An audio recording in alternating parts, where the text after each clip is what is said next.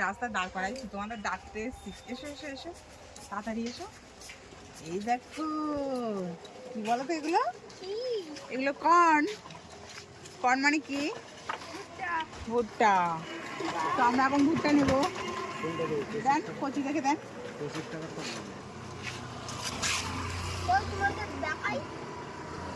হ্যাঁ এই এরা যেন খেতে পারে সেভাবে দেন না, মাল খুঁজছিস। আগে 10 টাকা 15 টাকা করে ছিল আর এখন 25 টাকা। বলতো খাবি নাকি?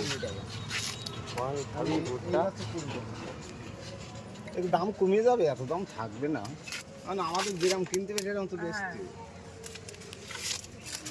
তো কটা খাবে? দুটো, বল্টুর একটা বনের একটা। ওকে। তো ভুট্টা খেতে গেলে কিছুক্ষণ অপেক্ষা করতে হবে।